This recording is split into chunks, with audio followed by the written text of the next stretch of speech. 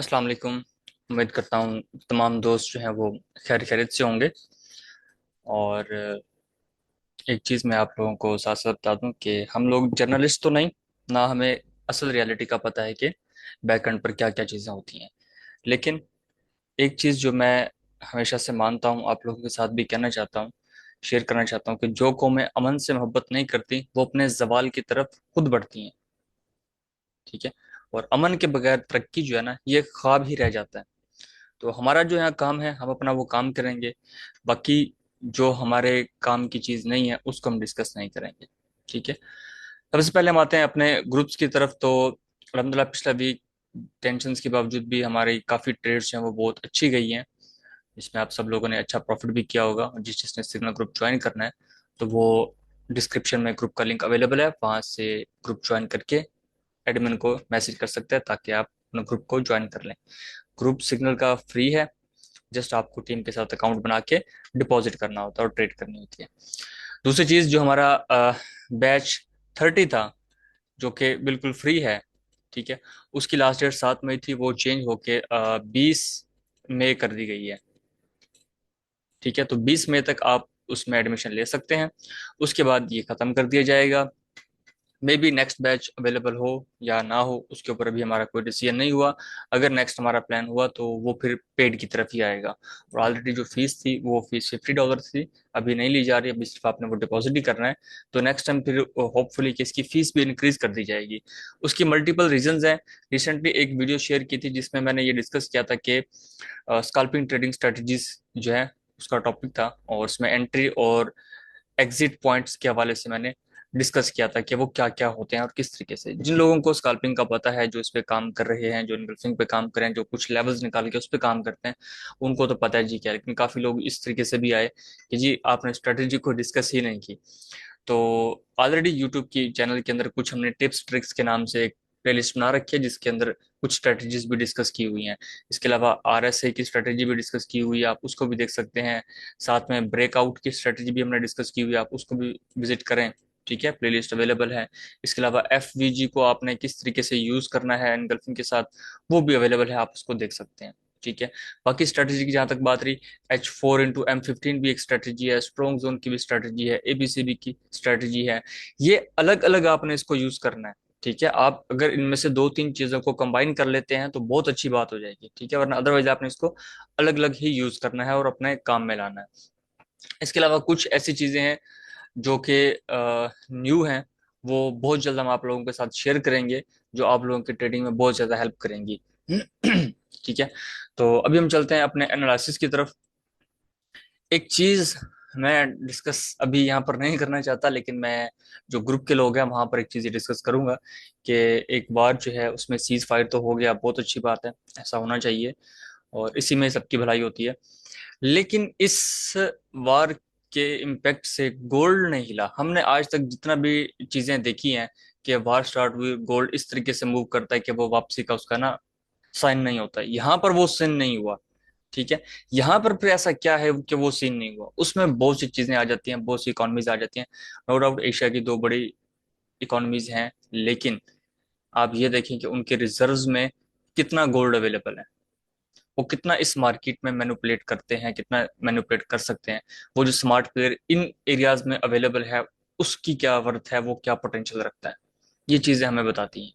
तो हमें फंडामेंटली भी चीजों को देख के चलना है कि वो क्या है इस वक्त। आज भी ये देखें, अब मैं यहाँ पर ओपन किया, ये आ रहा है, US and China begin second day of tariff talks. ठीक है, दूसरा दिन स्टार्ट हुआ टैरिफ की टॉक के ऊपर। अच्छी बात है कि वो लोग टॉक पे आए हैं, तो देखो इसका आगे क्या नतीजा निकलता है। ठीक है। और उम्मीद है कि ये भी मान जाएंगे। अभी रिसेंटली ट्रम्प कह रहा था कि 80% जो है वो एनफ है, अगर चाइना वापसी ना लगाए। मतलब वो अपने ट्रेड डेफिसिट को कवर करने की कोशिशों में लगा हुआ है। खैर, नेक्स्ट वीक आते हैं तो हमारे पास ट्यूसडे को CPI का डाटा है, और PPI का डाटा कहाँ गया, FOMC के कुछ मेंबर्स की स्पीच है, CPI, और वेडनेसडे को PPI का डाटा होना चाहिए था, वो नहीं है। वो अच्छा एक दिन बाद आ गया, थर्सडे को।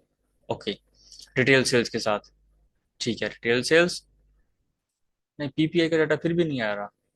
सॉरी, ये रहा, PPI भी है। ओके, PPI और ये रिटेल सेल्स का डाटा भी आ रहा है।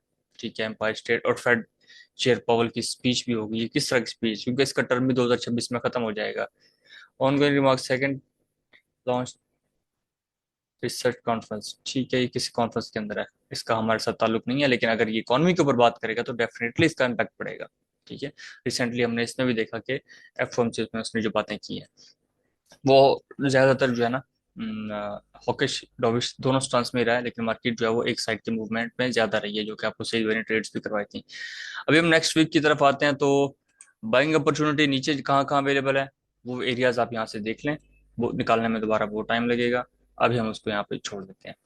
हम जो ये एरिया बना हुआ है इसके अंदर क्या पोटेंशियल अवेलेबल है हम उसको थोड़ा सा आइडेंटिफाई करने की कोशिश करते हैं। एक चीज जो हमें नजर आ रही है वो इस तरीके से ये है, और इधर से ये है।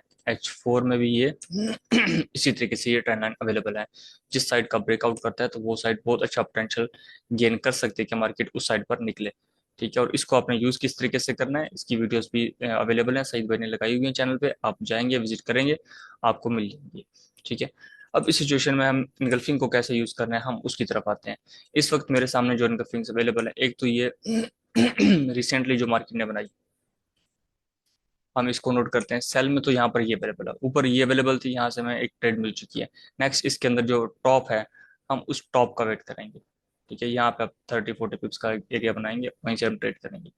वो बन जाता है तकरीबन ऑलमोस्ट ये वाला। ठीक है, इन बिटवीन यहाँ से यहाँ तक कोई और एरिया अवेलेबल नहीं है, may be small time frame में हो या मार्केट आके यहाँ पर हमें इस एरिया में कहीं कंसोलिडेशन करते हुए नजर आए, एबीसी बनाए सेल का, तो हम सेल करेंगे, अदरवाइज हम वेट करेंगे कि यहाँ से ट्रेड करें या इसके ब्रेकआउट पे हम बाय करेंगे।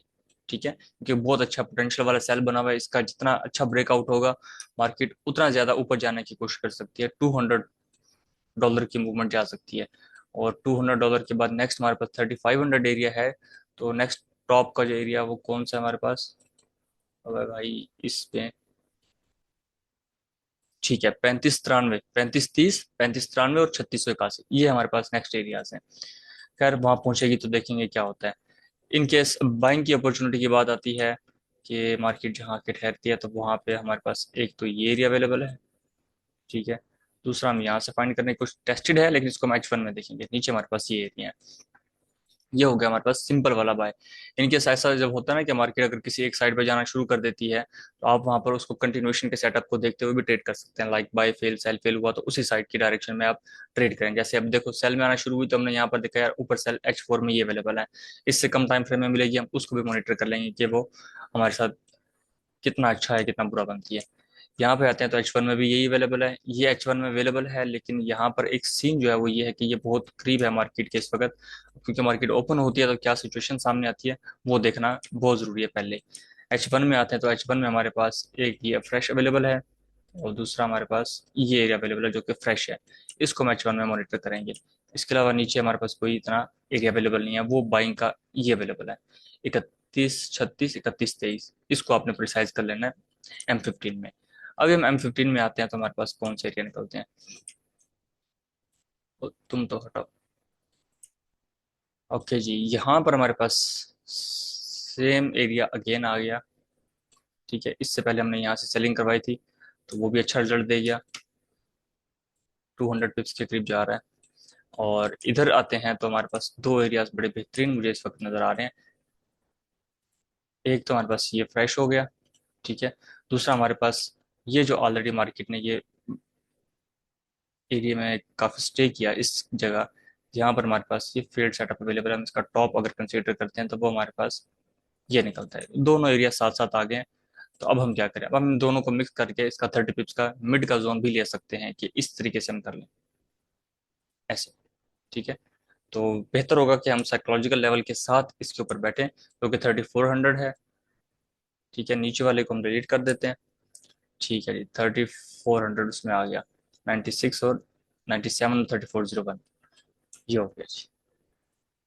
इस सेल के ऊपर हम अपनी एंट्री प्लेस करेंगे, उसके बाद हमारे पास ये एरिया अगेन आ जाएगा।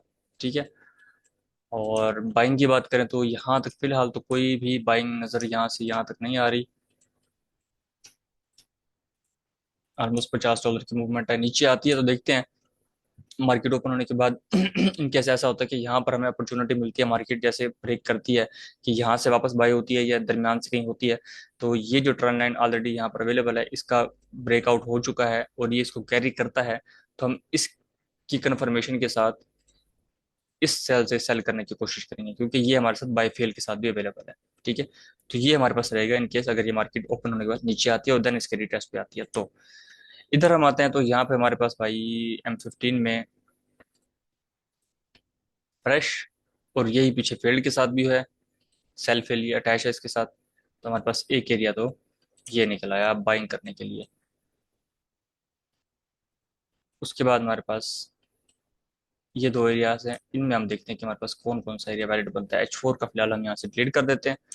अब आते हैं M515 के अंदर, तो वो हमारे पास ये हमारे पास बाय बनता है जो कि सेल फेल के बिल्कुल साथ है, ए बी कंप्लीटेड है इसके अंदर। ठीक है, सी का वेट सी दे देगा तो ये ट्रेड 200 पिप्स तक भी जा सकती है। ठीक है, और इधर हमारे पास आते हैं तो सिर्फ ये एक फ्रेश बाय अवेलेबल है। ठीक है, और ये सेल फेल के साथ भी है। ठीक है, यहाँ पर भी वही सीन होगा जो यहाँ पर है, तो ये बहुत अच्छी बात है कि दोनों कन्फर्मेशन के एरियाज हमारे पास अवेलेबल हैं। अब इसके दरमियान यहाँ से लेके यहाँ तक $80 का डिफरेंस है और इसमें हमारे पास सेटअप कोई अवेलेबल नहीं है। अगर हम सेटअप निकालने की तरफ जाएंगे कि यार हमें सेटअप चाहिए, निकले तो कैसे निकले, हम इस हाई को कंसिडर करेंगे। ये जो हाई नीचे आया, ये ब्रेक हुआ, यहाँ से मार्केट ऊपर गई। ठीक है, तो इसमें सिर्फ M15 के अंदर हमारे पास जो एरिया है हम सिर्फ उसको देख रहे हैं, क्योंकि H4 या H1 में मुझे यहाँ पर नहीं मिला। यहाँ पे आते हैं तो यहाँ पर हमारे पास सिंपली एक फेल्ड का सेटअप अवेलेबल है। ठीक है, अब इसके अंदर ये हमारे पास बी हो गया और सी नहीं अवेलेबल हुआ यहाँ पर, तो हम जो बी है हम उसके ऊपर अपने ट्रेड को प्लेस करेंगे। ये एरिया हम यहाँ पर रिस्क ले सकते हैं क्या मार्केट आए और इधर कहीं से जो ट्रेड्स प्लान कर रहे हैं या इन बाइस पे ट्रेड प्लान कर रहे हैं उनके एसएल जहाँ पे हो, हम वहां से अपनी ट्रेड को जो है एंटर करेंगे। इधर हमारे पास ठीक है ये सेल फेल का एरिया अवेलेबल है। ठीक है, इसके अंदर भी हम वही काम करेंगे, हाई यहाँ तक है तो इससे ऊपर वो एरिया तो हम इसको यहाँ तक कर देंगे। बाकी इसको आप नीचे कर सकते हैं M5 में देखने के बाद। और हमारे पास फिर 30 31 30 35 का एरिया अवेलेबल है। फिलहाल सिर्फ यही एरियाज ऐसे हैं जहाँ पे हम कुछ ट्रेड्स प्लान कर सकते हैं आने वाले वीक में, और मार्केट फिर कैसा बिहेव करती है उसको हम देखेंगे। M15 में ये एक बहुत अच्छी चीज़ है कि यार मार्केट ये इस ट्रेंड लाइन के अकॉर्डिंग जो इसको फॉलो कर रही है, सेल में चल रही है, तो हो सकता है कि हमें आने वाले दिनों में मजीद सेलिंग्स और भी मिले। अब देखें यार ये मार्केट किस तरीके से आ रही है, ये अपना आने वाला बिहेवियर इस तरीके से बना सकती है। ठीक है, यहाँ पर इसका बिल्कुल सेंटर बनेगा, यहीं कहीं टैप करके कुछ हल्की सी ट्रेड देके वापस इधर आ जाए। अब देखो ट्रेंड लाइन यहाँ आ रही है, मार्केट का ये बाय यहाँ पे, तो यहाँ से हल्का सा कुछ पुश मिल सकता है, ज्यादा भी मिल सकता है। लेकिन अगर इस तरह दोनों एरिया जैसे ये जगह साथ पड़ रही है इस तरह मिल जाती है, तो ये एरिया इतना होता है कि यार ये जो मार्केट में जो हम ट्रेंड लाइन लगाते हैं सेंटर, इसके सेंटर तक या इसको ब्रेक करने की अपॉर्चुनिटी रखती है। इसी तरीके से इसको ऊपर यहाँ से ट्रेड मिलती है ये इस तरीके से जाते हुए और ये लाइन आगे कंटिन्यू होते हुए यहाँ तक आके हमें रिवर्स भी मिल सकता है इनकेस अगर इस एरिया को ये ब्रेक कर देता है तो, क्योंकि बाय था ब्रेक हो गया तो वो हमारे पास सेल के लिए बन जाता है। और ऐसी जगहों पर अक्सर हमारे पास इनगल्फिंग सेल बनता है जिसके ऊपर हम जाके सेल की ट्रेड प्लेस करते हैं। और इस वक्त कुछ खास नजर नहीं आ रहा, मार्केट ओपन होगी तो हम देखेंगे कि हमें आगे क्या प्लान करना है। M15 में सेल का बनाया हुआ है उसने, M30 में भी डेफिनेटली सेल की डायरेक्शन बनाई हुई है, H1 में भी बनाई हुई है, और डेली में भी उसने सेल की डायरेक्शन ली हुई है। ऐसा नहीं है कि ये सेल में शिफ्ट हो चुका है। ठीक है, यहाँ पर ये एरिया इसने ब्रेक किया है, नीचे मार्केट आई है, यहाँ तक गया, इस इनगल्फिंग सेल का रिटेस्ट किया। अब जरूरी है कि H4 में ये इस लो को ब्रेक कर दे, देन हम इसको सेल में कंटिन्यू समझ सकते हैं अनटिल 2500 2600 तक। ठीक है, और इनकी चीज थोड़ा ये जो रशिया यूक्रेन की सीज फायर का भी, अब रशिया कह रहा है कि आने वाला है तो बहुत अच्छा काम है, ये हो सकता है कि मार्केट 3000 से नीचे हमें स्टे करती हुई मिले। ये तो आने वाले दिनों में पता लगेगा कि उनका क्या होता है। बाकी इस वक्त दिल्ली में हम आते हैं तो दिल्ली में तो सेल ट्रेंड का कहीं नामो निशान फिलहाल अवेलेबल नहीं है, क्योंकि वहां पर जो ब्रेक होना है वो ये एरिया है जिसका ब्रेक होना इस वक्त बहुत जरूरी है। ये ब्रेक होगा, सेम स्ट्रक्चर जो इस वक्त H4 में मैंने आपको दिखाया ये बना हुआ अगेन गया, इसने यहाँ का ये जो एरिया था कि यार यहाँ से वापस आया, इसने इसको मैनिपुलेट करके यहाँ से वापसी रखी है। ठीक है, ये भी एक मेथड होता है, मैं डिस्कस करूंगा आप लोगों के साथ कि ये क्यों यहाँ पर इस तरह लिक्विडिटी लेने के लिए चला गया। ठीक है, तो इस तरह का स्ट्रक्चर दिल्ली में जब वहां शिफ्ट करेगा तो इसका मतलब यही सेल ट्रेंड जो हम H1 M30 H4 में देख रहे हैं, तो H4 में चला, तो वो आगे कंटिन्यू हुआ, शिफ्ट हुआ डेली के अंदर। और यहाँ से यहाँ तक देखो डिफरेंस कितना रह गया, ये रहा, सिर्फ ये डिफरेंस रह गया। कितना है ये? $300 का, $340 का। ये इसके लिए 2 दिन में 3 दिन में कवर करना कोई बड़ी बात नहीं है, अगर ये अपने मूड पे आ गया तो। ठीक है, वो हम ऑलरेडी देख रहे हैं कि $100 की मूव करना गोल्ड के लिए आजकल कोई बड़ी बात नहीं है। तो फिलहाल यही एरियाज थे।